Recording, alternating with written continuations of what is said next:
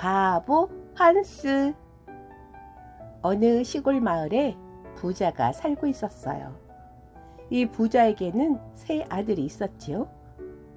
첫째와 둘째 아들은 매우 영리했지만 막내 아들은 사람들에게 바보라고 놀림을 받았지요. 그러던 어느 날이었어요. 이 나라의 공주님이 신랑감을 구한다는 소식이 들려왔어요. 신랑의 조건은 이야기를 잘하는 용감한 사람이었지요. 부자의 첫째 아들과 둘째 아들은 부지런히 길을 떠날 준비를 했어요. 두 아들은 좋은 옷으로 갈아입고 훌륭한 책을 준비했지요. 아버지는 첫째에게 검정말을, 둘째에게 흰말을 주었어요. 그때 바보 한스라고 불리는 막내 아들이 불쑥 나타났어요. 형들은 그렇게 좋은 옷을 입고 어딜 가? 공주님과 결혼하려고 궁궐에 간다. 나도 같이 가. 형들은 한스의 말에 어이가 없다는 듯이 웃으며 길을 떠났지요. 한스는 아버지를 졸라대기 시작했어요. 아버지, 저에게도 말을 주세요. 저도 공주님이랑 결혼할 거예요. 아버지는 한스를 큰 소리로 꾸짖으며 말을 주지 않았어요. 한스는 아무렇게나 묶여있는 염소를 한 마리 꺼냈지요. 그리고는 쏜살같이 형들을 따라갔어요. 바보 한스는 궁궐로 가는 길에 죽은 까마귀 한 마리와 낡은 나막신 한 짝을 주었어요. 그리고 고운 진흙을 한 움큼 주머니에 넣었지요. 그렇게 한참을 달리다가 두 형을 만났어요. 형, 내가 오다가 이것들을 주었어. 아마 공주님이 기뻐하실 거야. 한스는 주운 물건들을 형에게 보여주었어요. 하지만 형들은 비웃기만 했어요. 한스는 역시 바보야, 바보. 글쎄 말이야, 한스, 넌 진짜 바보 한스다. 삼형제는 궁궐 문 앞에 도착했어요. 궁궐 앞에는 많은 청년들이 한 줄로 길게 서 있었지요. 한 사람씩 공주의 앞으로 불려나갔어요. 그러나 하나같이 어깨를 축 늘어뜨리고 나왔지요. 드디어 큰 형이 공주의 방으로 들어갔어요. 큰 형은 공주에게 정중하게 인사를 했지요. 안녕하십니까? 방 안이 너무 덥군요. 큰 형은 손으로 부채를 붙이며 말했어요. 덥다고요? 당연하지요. 아버지가 매일 이 불새를 굽거든요.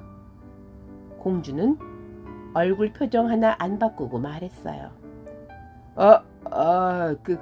그렇습니까? 그런데 당황한 큰 형은 그 다음 말을 하지 못했지요.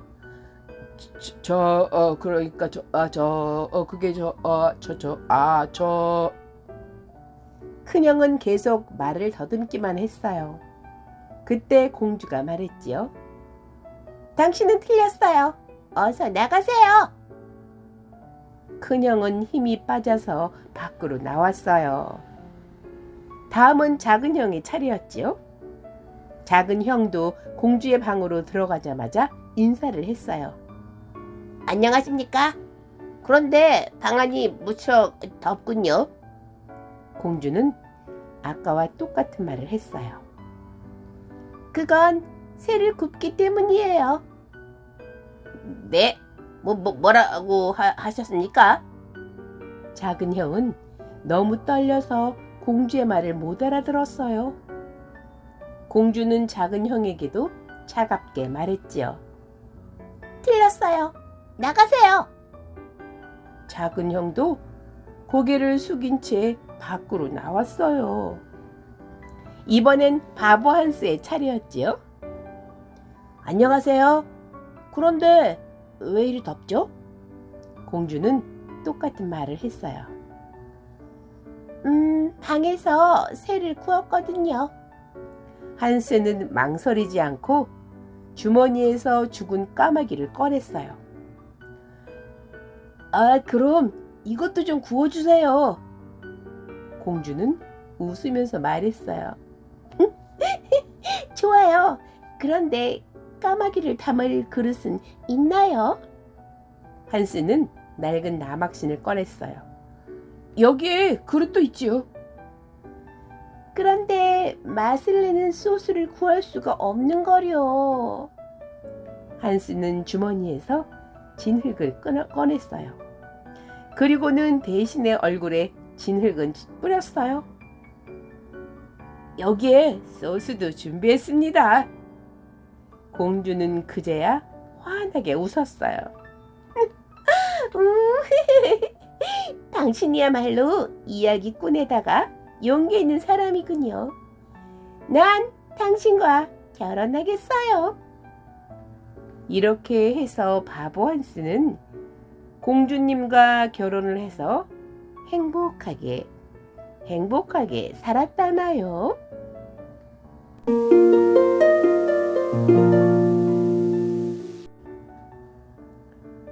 장난감 병정.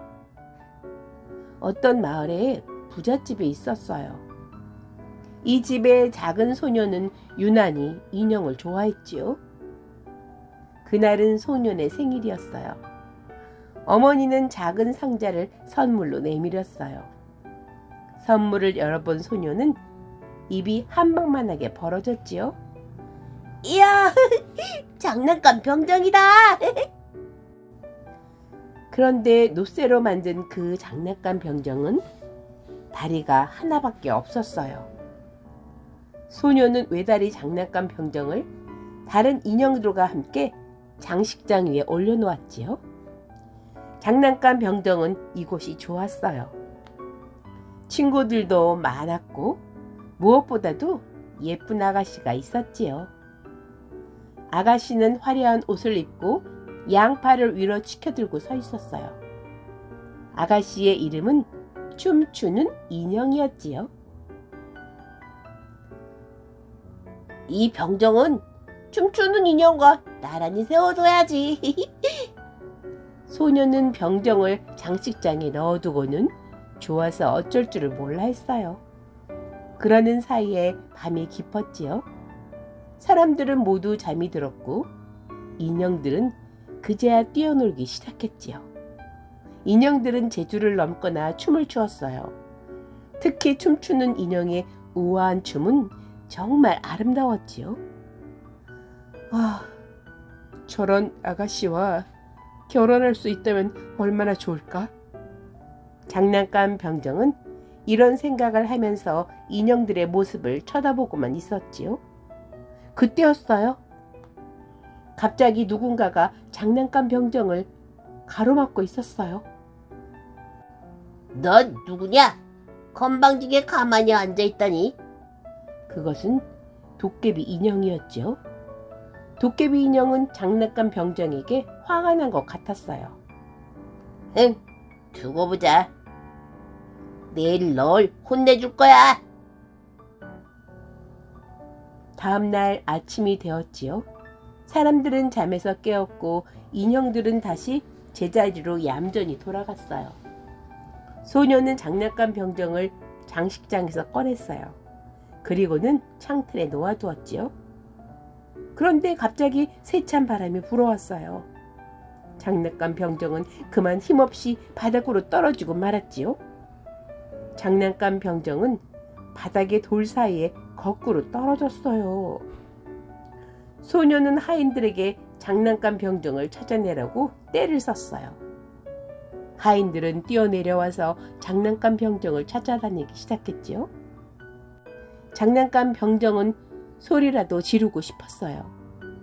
하지만 늠름한 병정이 소리를 지른다는 것은 부끄러운 일이지요. 그러는 사이 웬 아이들이 몰려왔어요. 와, 장난감 병정이다. 우리 이걸 보트에 태워주자. 아이들은 종이로 배를 접어서 장난감 병정을 그 위에 실었어요. 그리고는 하수도 물에 종이배를 띄웠지요. 그런데 갑자기 하수도 물이 세차게 흘러가기 시작했어요. 소나기가 내려 물이 엄청나게 불어났기 때문이었지요. 장난감 병정은 흔들거리면서 물을 따라 흘러갔어요. 얼마나 갔을까요? 갑자기 천둥이 치는 것 같은 큰 소리가 들려왔어요. 장난감 병정은 폭포에서 떨어지고 있었던 것이지요. 아, 이제 예쁜 춤추는 인형을 만날 수 없겠구나. 장난감 병정은 너무 슬펐어요. 그때 장난감 병정을 태운 종이배가 찌직 하는 소리를 내며 찢어져 버렸어요. 장난감 병정은 물속으로 가라앉고 말았지요. 맛있게 생겼는데? 어디선가 큰 물고기 한 마리가 다가와서는 장난감 병정을 한 입에 삼켜버렸어요. 물고기의 뱃속은 너무 어둡고 답답했지요. 하지만 장난감 병정은 정신을 잃지 않으려고 온몸에 힘을 주고 있었어요. 얼마나 그러고 있었을까요? 갑자기 장난감 병정의 눈앞이 환해졌어요. 아니, 장난감 병정이 여기 있다니. 도련님!